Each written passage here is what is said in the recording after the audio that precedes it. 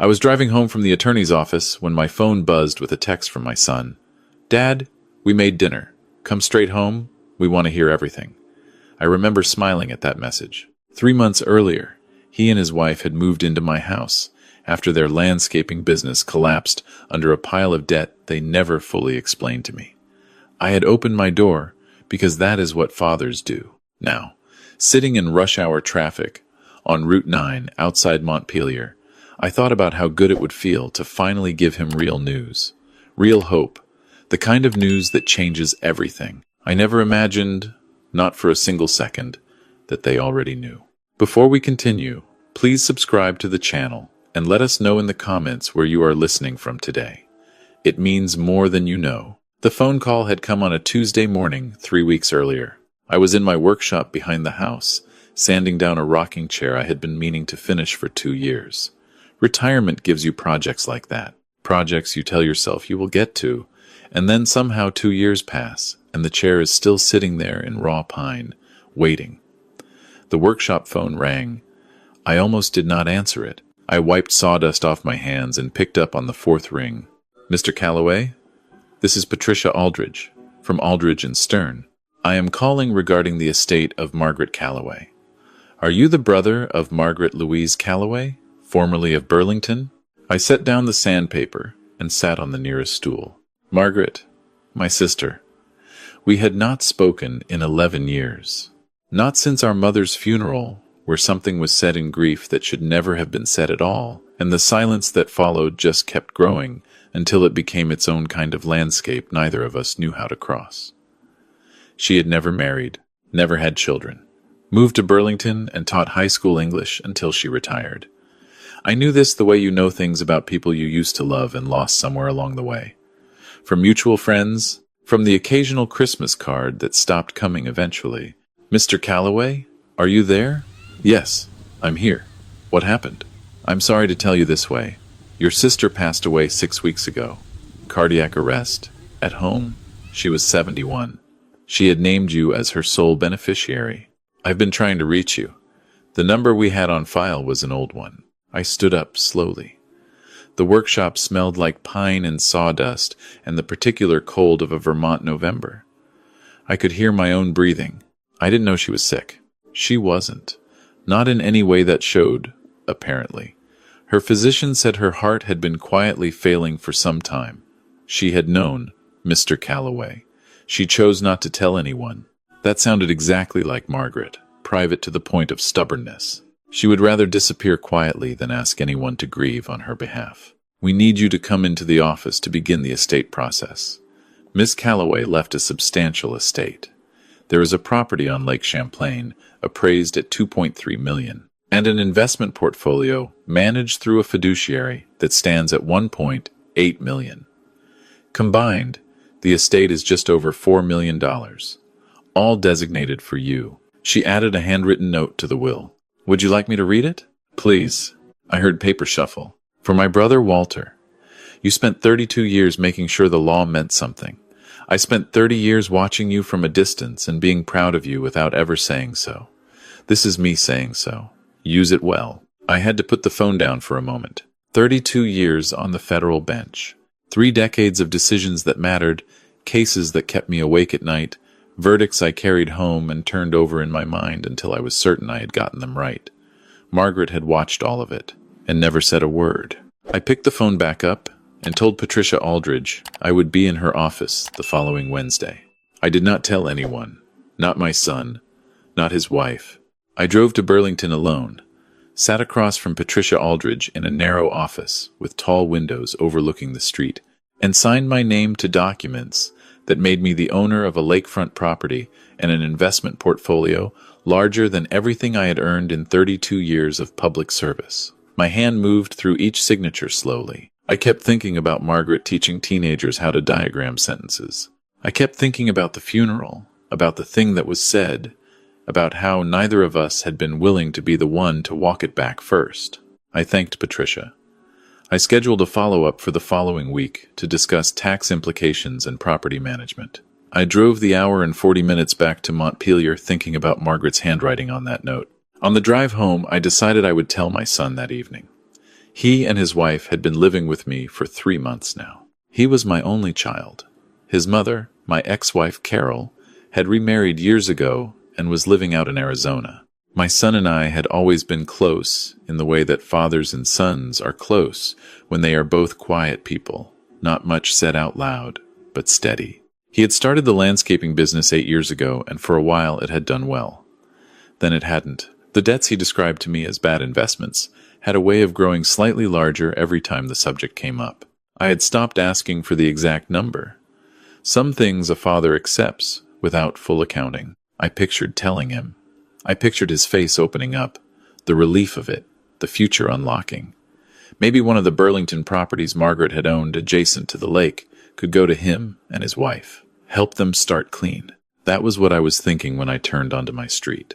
My house sits back from the road, an old colonial with a wide front porch that needs repainting every 3 years, whether it wants to or not. The driveway curves slightly, which means I can see the lit windows before I reach the front walk. The dining room window on the left side of the house faces the driveway. I noticed, as I slowed to park, that my son and his wife were both at the dining room table, leaning toward each other in that posture people have when the conversation is urgent. I parked. I sat for a moment with the engine off. Something in the quality of that posture made me pause. After 32 years on the federal bench, you develop certain instincts about the energy in a room even before you enter it. I had seen enough witness preparation, enough courtroom theater, enough people performing calm to know what genuinely calm looked like and what was something else. I got out of the car quietly. The porch boards always creak at the second step, so I stepped over it from habit. The front window was cracked open an inch, the way my daughter-in-law preferred it because she claimed the house ran hot. I heard my son's voice first. She said it was over $4 million. All of it goes to Dad. A pause. Then his wife's voice, lower and faster. He doesn't know we know. He's going to come home tonight and act like he's sitting on some big surprise. Walter, listen to me. If we move now, before he has a chance to do anything with it, we can control this. I stayed completely still on the porch, the boards under my feet, the cold air coming off the yard. My car still ticking as the engine cooled. My son said something I could not make out. His wife's voice came back sharper. You remember what Dr. Hess said at Thanksgiving, about how your father has been showing signs, the forgetfulness, the way he repeats himself. Walter, it is not a stretch. You're his son. You know him. You know he's not the same. If we document it properly and get the right evaluation, we petition for guardianship. We get him declared incompetent. Then we manage the estate. All of it. My son was quiet for a long time. He's not incompetent, he said finally. He doesn't have to actually be incompetent. He has to look like he might be. There's a difference. I stepped back from the window. I walked to the far end of the porch and stood against the railing in the dark and breathed carefully. In through the nose, out through the mouth. A technique I had learned decades ago for the moments in a trial when something unexpected happened and you needed your face to give nothing away before you had time to think. 32 years on the federal bench teaches you certain things. The first is that emotion is information, not instruction. You feel it, you note it, you set it aside until you know what to do with it. The second is that the law does not reward reaction. It rewards preparation. The third is that the worst thing a judge can do, and the worst thing anyone in possession of important knowledge can do, is reveal that knowledge before it is tactically useful. I stood on that porch for approximately 4 minutes. Then I opened the front door and walked inside and said, "Something smells good." And my son looked up from the table and smiled and said, "Lasagna." And his wife said, "How did it go?" With that particular bright attentiveness, people deploy when they already know the answer to the question they are asking. And I said, "The estate is more complicated than I expected. It is going to take some time to sort out. I am not sure yet what any of it amounts to." My son nodded. His wife made a sympathetic sound and went to the kitchen to serve dinner. I sat down at the table I had eaten at for 21 years and talked about the drive and the weather and the lasagna, and I gave nothing away at all. That night I lay in bed for a long time without sleeping. I ran through what I had heard and what it meant with the same methodical care I had given to sentencing decisions. My daughter-in-law's voice. He doesn't have to actually be incompetent. He has to look like he might be. Dr. Hess. She had named a specific person. That was not abstract planning. That was logistics already in motion. I thought about my son's silence after her words. He had not agreed enthusiastically, but he had not refused, either. He had said, "He's not incompetent," which was the response of a man who was still being talked into something, not the response of a man who was saying no. I knew the difference. The next morning, I called an old colleague named Raymond Castillo. We had served together on the First Circuit for 11 years before he retired. He was 70 now and spent his winters in Vermont because he claimed the cold kept him honest. I had not spoken to him in 8 months. He picked up on the second ring. "Raymond," I said, "I need to talk to someone who has handled elder guardianship abuse cases." He paused. Then, "How bad?" "Bad enough that I am calling you at 7 in the morning." He told me to come over. I drove to Raymond's house in the neighboring town and sat at his kitchen table while he made coffee, and I told him everything. The inheritance, Patricia Aldridge's office, the porch, what I had overheard, the name Dr. Hess. He listened without interrupting, which was one of the things I had always respected about him. When I finished, he poured 2 cups and set one in front of me. "You know what they are describing as a felony," he said. "I know. Guardian fraud, possibly conspiracy.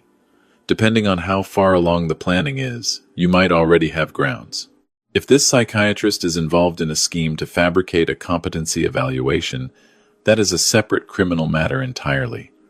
License revocation, criminal charges." "I know." Raymond looked at me carefully. "Walter, are you all right?" I wrapped both hands around the coffee cup and thought about my son's face at the dinner table the night before. The smile, the lasagna. "I will be," I said. Raymond and I spent the next 3 hours mapping out exactly what I needed to do. I needed documentation. I needed recordings, legally obtained under Vermont's single-party consent law, which allows a person to record conversations they are party to. I needed to let the scheme develop far enough to constitute overt acts, not just discussion. And I needed to contact the Vermont State Police Financial Crimes Unit, which Raymond knew personally through a former clerk, now working in the Attorney General's office.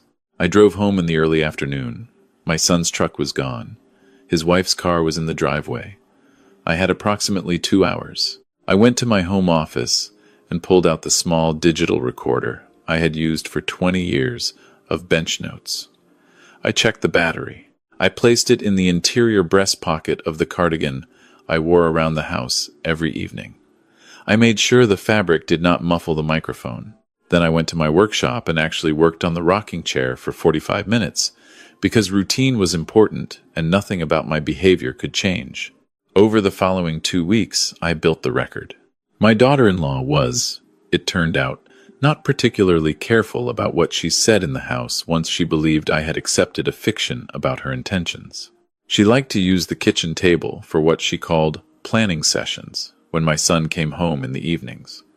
She spoke quickly and with the particular confidence of someone who has decided that an obstacle is already removed. I sat in my armchair in the adjacent room with a book in my lap and the recorder in my pocket and listened to her describe, across multiple evenings, the mechanics of what she had designed. Dr. Hess was a psychiatrist in Burlington who had, according to my daughter-in-law, done evaluations for other families in similar situations. She said this with the ease of someone referring a plumber. My son would bring me to an appointment framed as a routine checkup, after which Dr. Hess would produce documentation of early-stage cognitive decline. That documentation would support a guardianship petition filed in Chittenden County Probate Court. Once the petition was filed, a temporary guardian could be appointed, giving them authority over my financial decisions while the case proceeded. At that point, my daughter-in-law explained, we move the accounts. She had a name for the account they planned to transfer the portfolio into. She said it out loud. I wrote it down later. My son, during these conversations, participated less than she did. He asked logistical questions. He did not generate enthusiasm, but he supplied it with his presence, which is its own kind of participation. Once, on a Thursday evening, I heard him say quietly, "What if he contests it?" And she said, without hesitation, "He'll be too confused by then. That's the whole point." I sat in my armchair and turned a page of my book.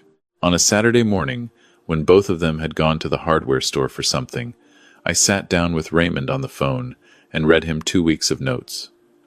He was quiet for a moment. "Walter," he said, "you have enough." "I know. Do you want me to make the call to the Financial Crimes Unit?" "No. I will make it myself. I want to be precise about what happened next because I have thought about it many times since, and I believe the sequence matters."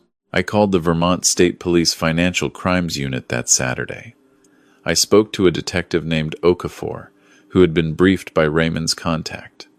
I described the plan as I understood it. I told Detective Okafor about Dr. Hess. I offered to provide my recordings. He asked me if I was willing to continue letting the situation develop for a controlled period of time.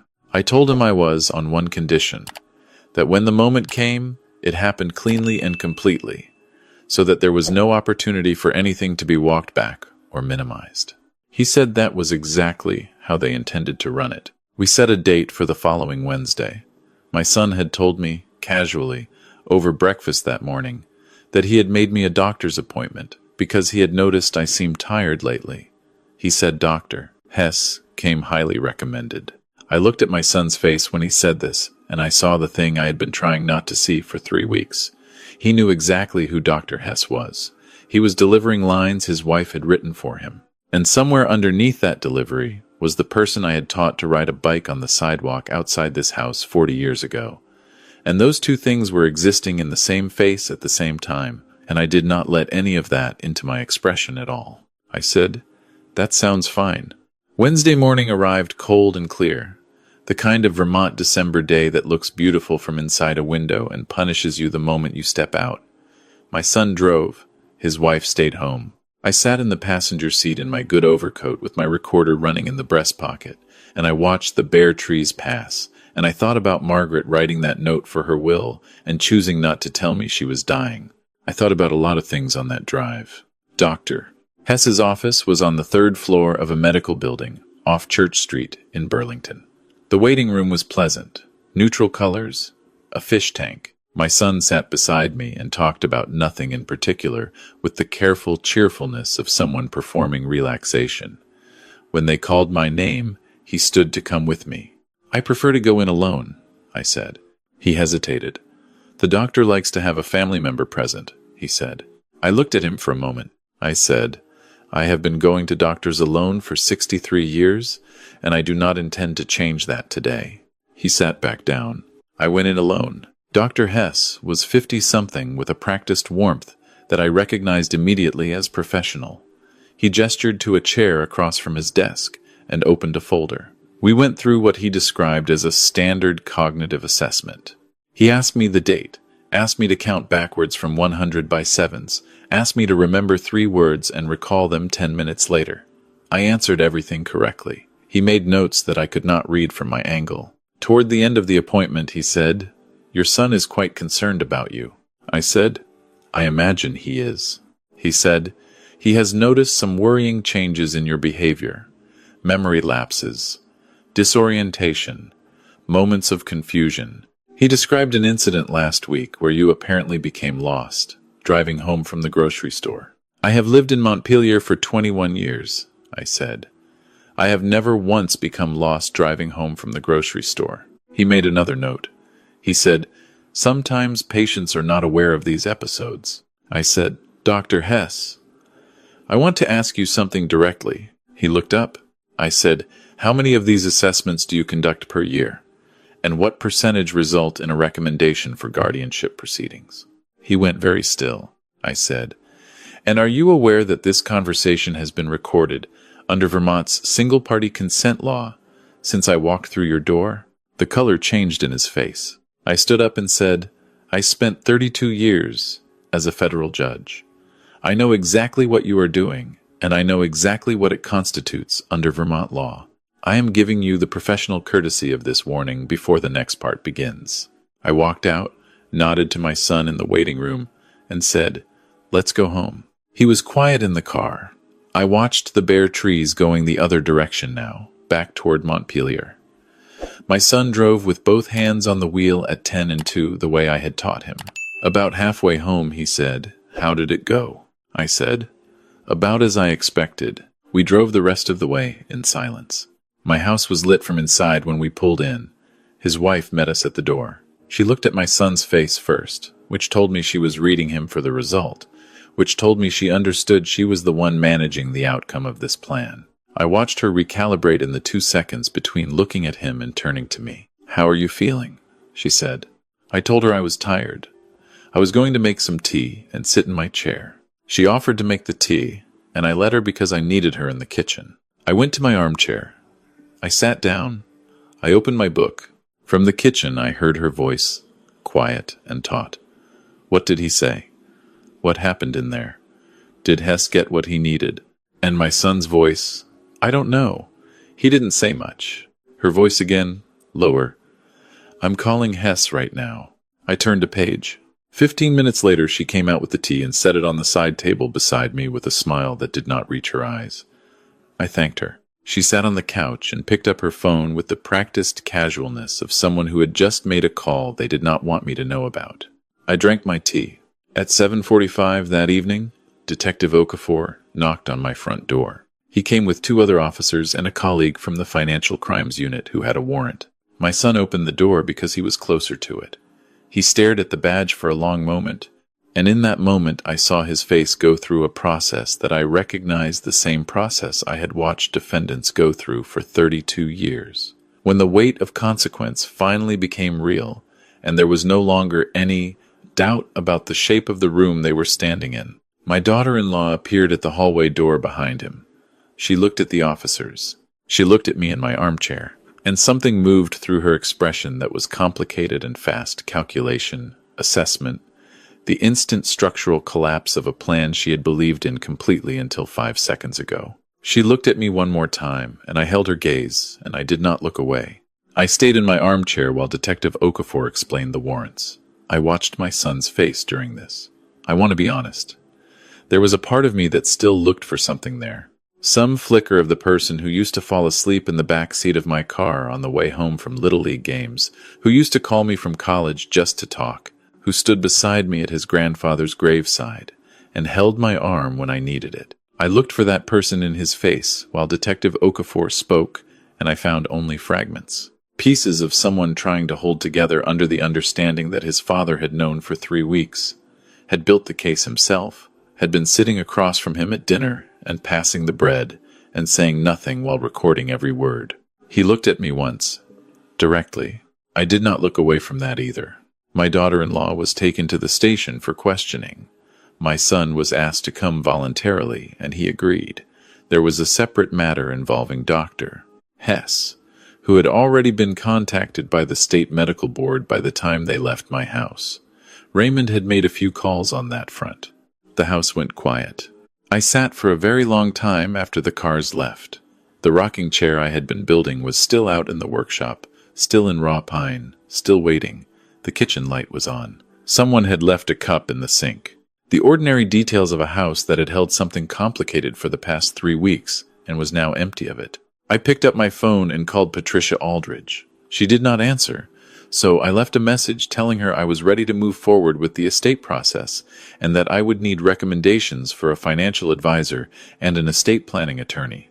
I told her that I had some ideas about what I wanted to do with the Burlington property, that I had been thinking about setting up a scholarship in my sister's name at the high school where she had taught, and that I wanted to handle the rest of it carefully and correctly the way Margaret's note had asked me to. Then I sat there and did not do anything else for a while. I have thought, in the months since, about what my son's wife said. The evening I stood on the porch and first understood what I was hearing. He doesn't have to actually be incompetent. He has to look like he might be. I have thought about the casualness of it, the pragmatism, the way a human being who presumably once had ordinary values arrived at that sentence and said it out loud in a dining room in a house where someone else's furniture had been rearranged to accommodate them. I have thought about my son sitting at that table. He was charged with conspiracy and financial elder abuse under Vermont statute. His wife faced the same charges, plus additional counts, related to the solicitation of a fraudulent professional evaluation. Dr. Hess surrendered his license voluntarily before the board hearing concluded and pleaded no contest to charges that would follow him the rest of his professional life. My son received a suspended sentence and 3 years of probation based on partial cooperation and his attorney's argument that he had been a secondary participant operating under the influence of his wife's planning. I did not contest that characterization. I had heard the recordings. It was not inaccurate. I did not go to the sentencing hearing. His wife received 18 months. I am 63 years old. I live alone in a house in Montpelier that needs its porch repainted. I have an inheritance from a sister I failed to speak to for 11 years, and I spend some portion of most days thinking about what I would say to her if I could. The lake property in Burlington is being managed professionally while I decide what to do with it. The scholarship is in process. The investment portfolio is with a fiduciary Raymond recommended. My son has called twice. Both times I let it go to voicemail. Both times I listened to the message twice and then sat with the phone in my hand, not sure what I was waiting for. The second call was longer. He did not explain or excuse, which I had expected. He mostly talked about the summer we built the stone wall along the back property line, the two of us, when he was 16. He said he did not know why he was thinking about that. I knew why. I thought about it too. The rocking chair is finished now. It sits on the front porch where I can see it from the driveway when I come home.